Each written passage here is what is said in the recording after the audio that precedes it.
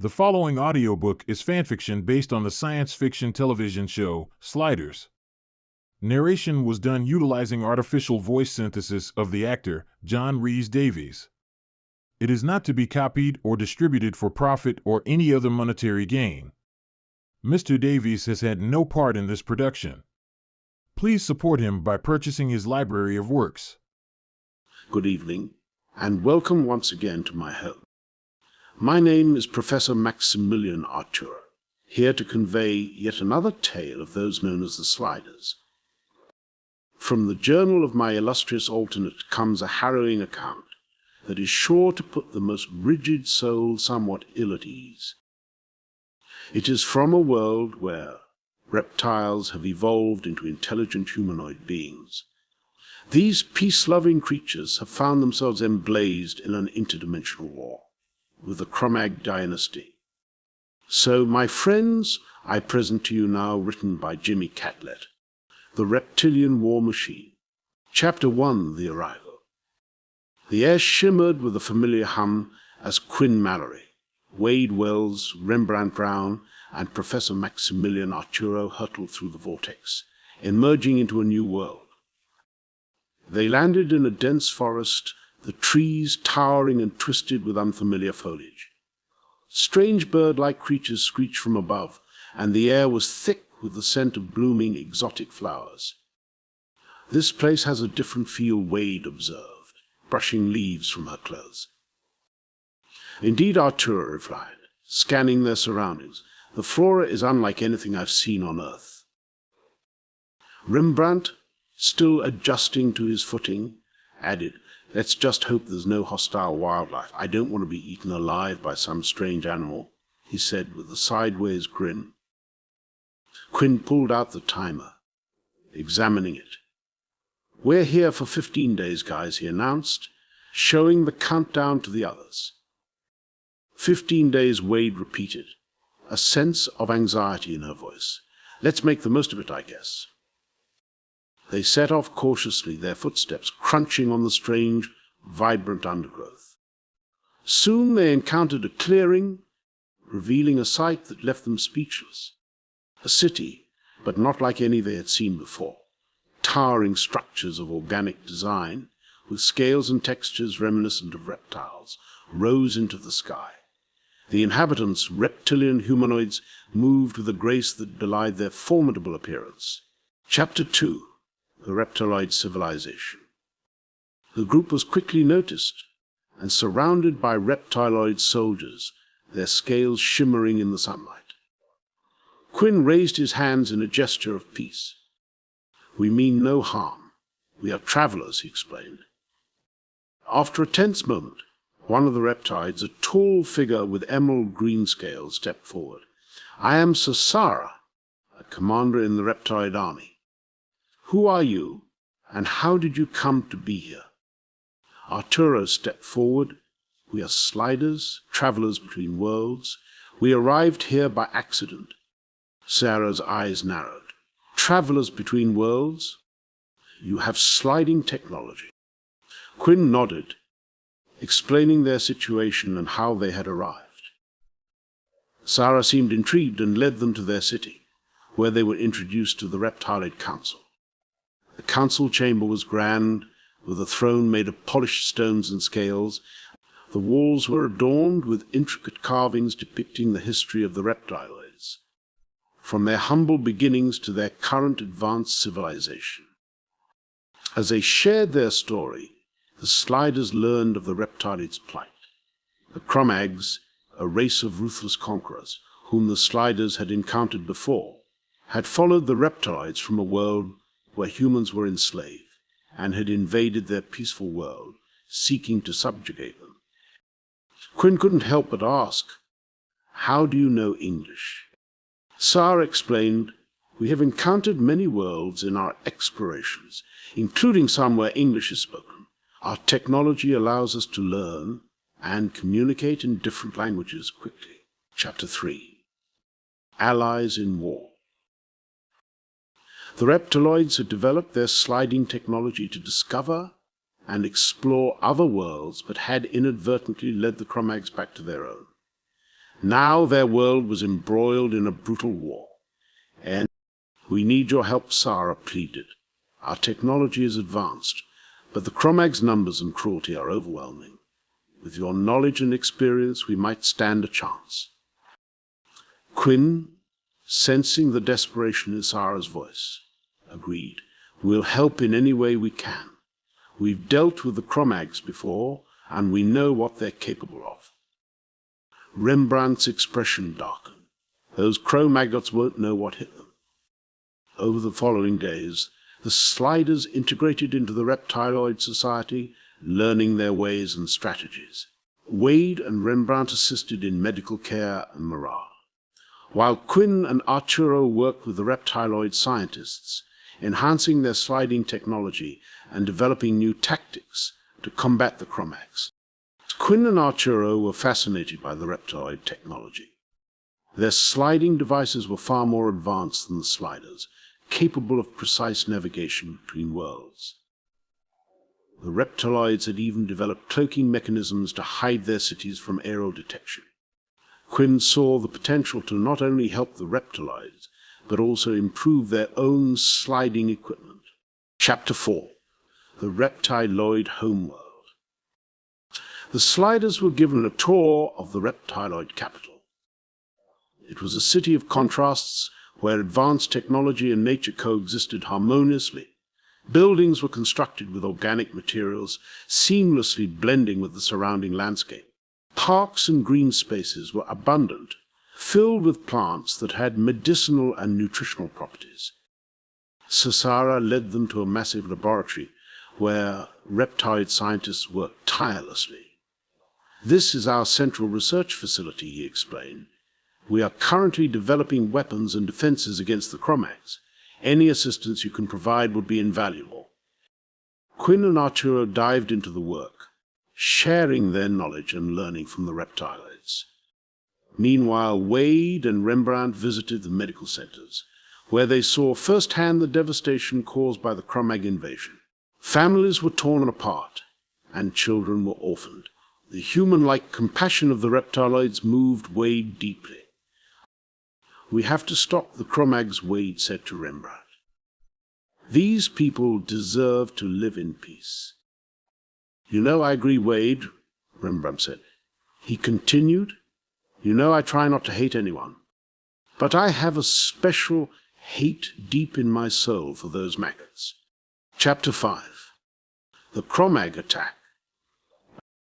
One night, as the Sliders and their reptiloid allies were working late, alarms blared throughout the city.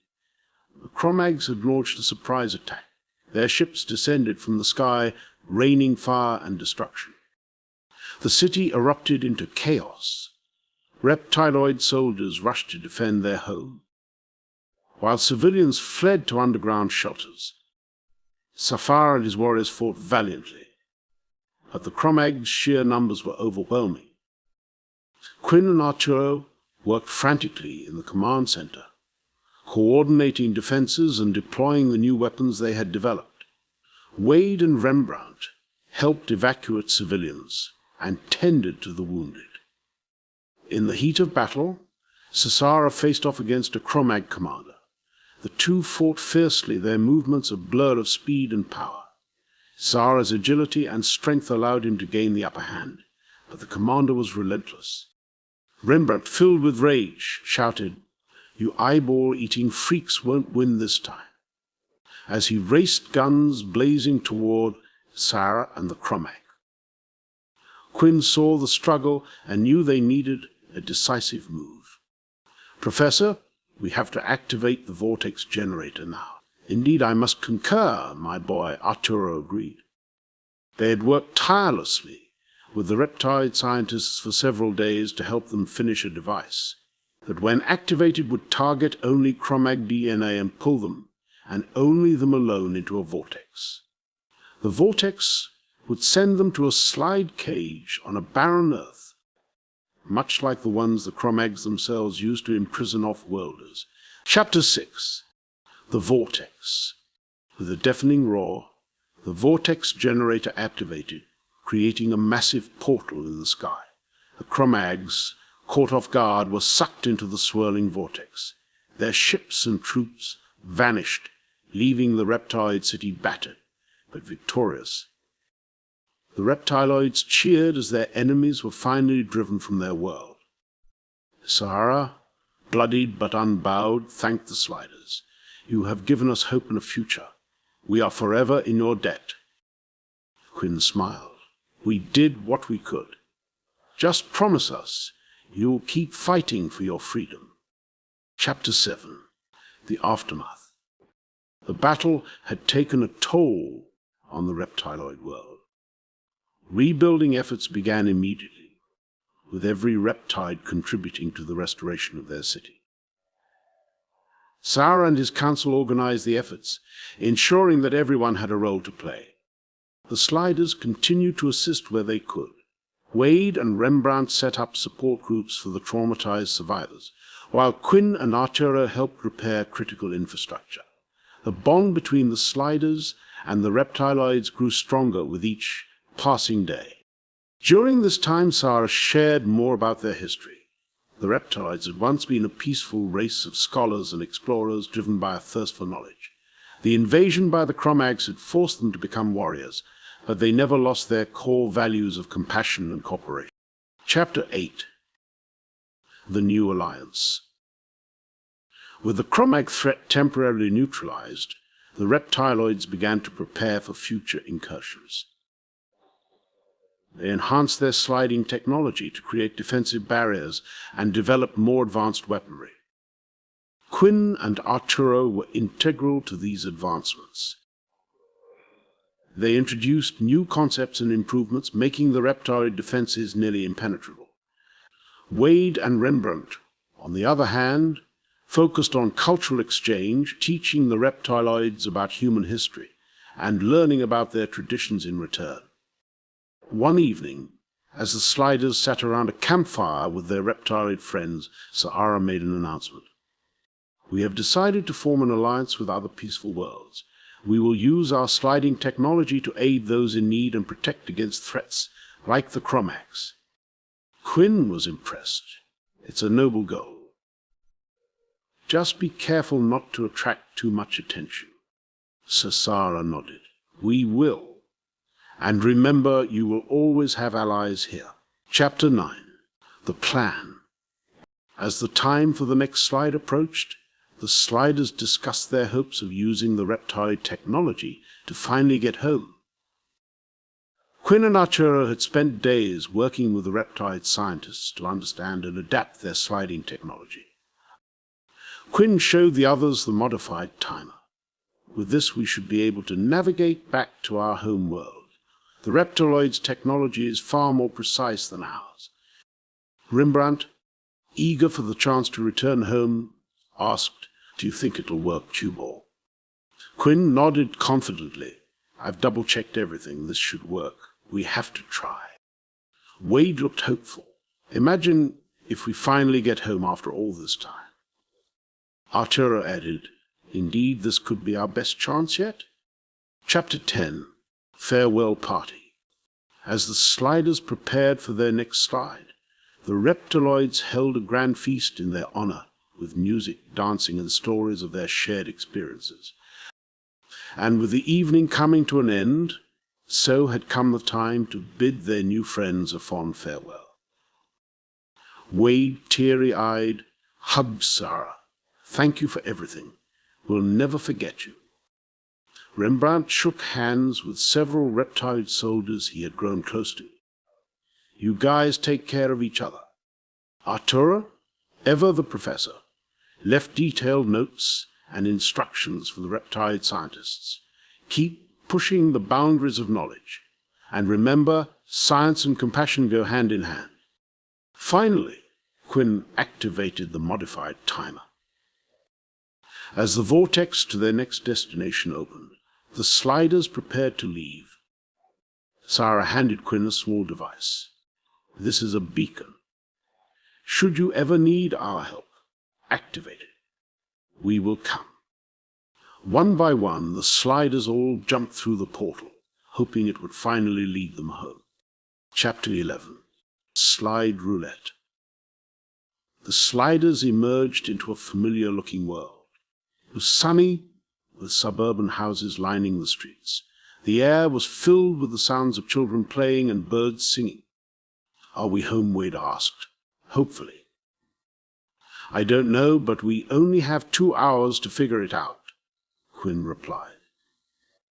Quinn looked around, trying to find something familiar, but as they explored, differences began to emerge. Finally, they came across a crumpled newspaper announcing the arrival of Pharaoh Clinton to the Great Pyramid in Washington, D.C. Rembrandt, his hopes dashed, clenched his fists. "We were so close. Can we never catch a break?" Quinn staring at the timer, his expression troubled. "The modifications. Something must have gone wrong. I'm so sorry, you guys." Rembrandt's expression softened. "You tried your best cue ball. At least we are still alive and in one piece." Arturo and Wade placed their hands on his shoulders, and they began walking toward a small cafe. "We will get there someday, my boy. I believe in you," Arturo said compassionately. "But for now I'm famished. All I've had for weeks is a steady diet of crickets, snails, and the occasional mouse. And let's hope their dollar bills don't have King Tut on them," Remy quipped, as the four friends walked together into yet again the wondrous unknown. The group's spirits seemed to be lifting a bit. "Well, my dear friends, thank you for joining me again for another tale of our four heroes. Until next we meet, this is Professor Maximilian Arturo bidding you farewell. So long and happy sliding.